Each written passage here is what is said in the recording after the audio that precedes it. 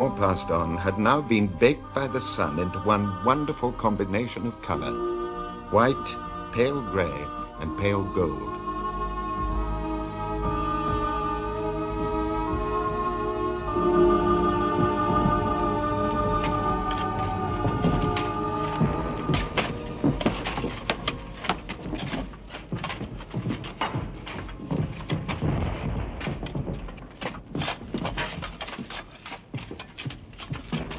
Amid this macabre beauty and unspeakable ugliness, the ant-like armies in their millions came to terms with the war's afflictions.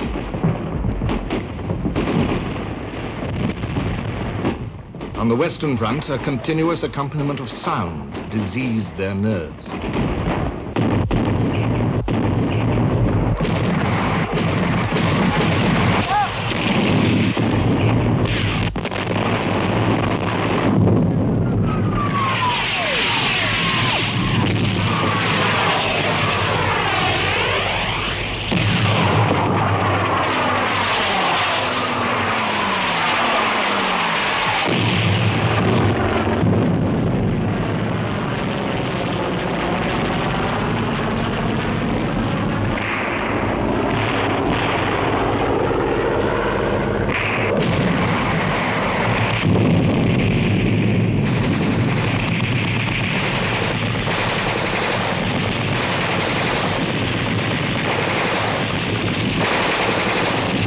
After the Germans had stopped shelling a little while, we heard one of their big ones coming over. And normally, within reason, you could tell if one was going to land anywhere near or not. If it was, the normal procedure was to throw yourself down and avoid the shell fragments. This one, we knew was going to drop near. My pal shouted and threw himself down. I was too damn tired even to fall down. I stood there. Next, I had a terrific pain in the back and the chest, and I found myself face downwards in the mud. In this permanent zone of destruction, where war seemed to be a fixture from time immemorial, stretching forward to invisible duration, sound was always there. The smell was always there. The familiar trench smell of 1915 to 17 haunts my nostrils, compounded of stagnant mud, latrine buckets, chloride of lime, unburied or half-buried corpses, rotting sandbags, stale human sweat, fumes of cordite or lyddite. Sometimes it was sweetened by cigarette smoke and the scent of bacon frying over wood fires, broken ammunition boxes. Sometimes made sinister by the lingering odor of poison gas.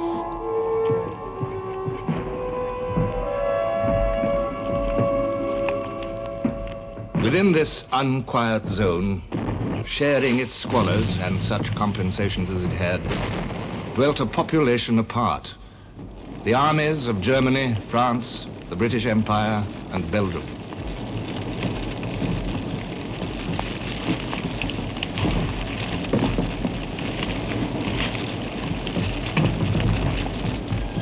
And when the infantry looked upwards, admiringly, hopefully, or fearfully, they saw, dotted against the white clouds or the blue sky, the airmen, counted in thousands now, yet still able to preserve in this vast, anonymous war individual identities which the muddied infantry might envy. In the sky, they fought a war of champions.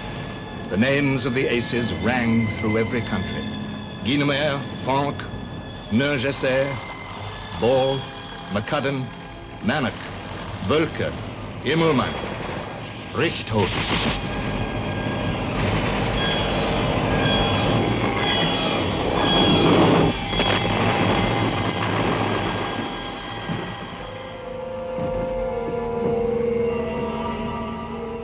Looking down from their swaying cockpits, the flyers saw below them, as no one else could see, unfolding mile beyond mile, the incredible pockmarked devastation of the Western Front, the world within a world.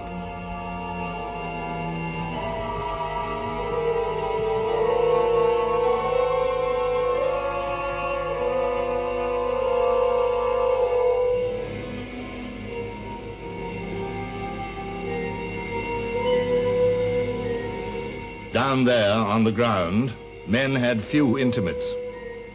Beyond the narrow horizon through a periscope, or bordered by the traverse of a trench or the lip of a crater, there was someone else whom one had learned to know, better perhaps than one knew one's own people.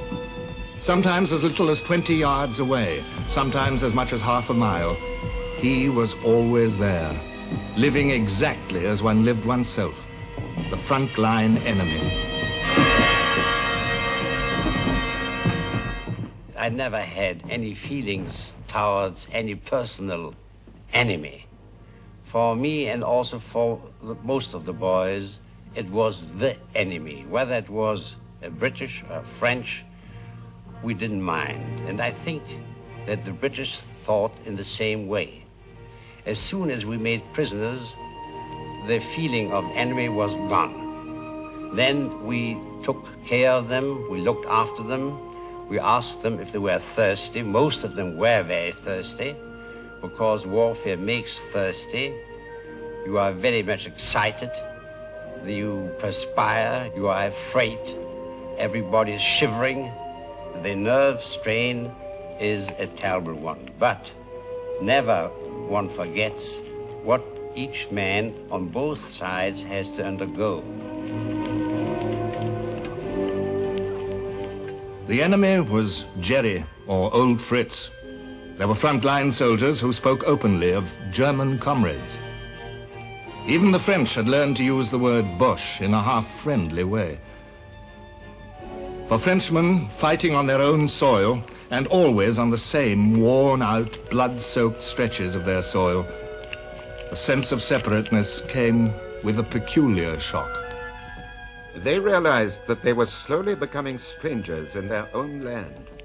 The army came to be looked on as a kind of exile from the life of the nation. The military world had no connections with the life of the country.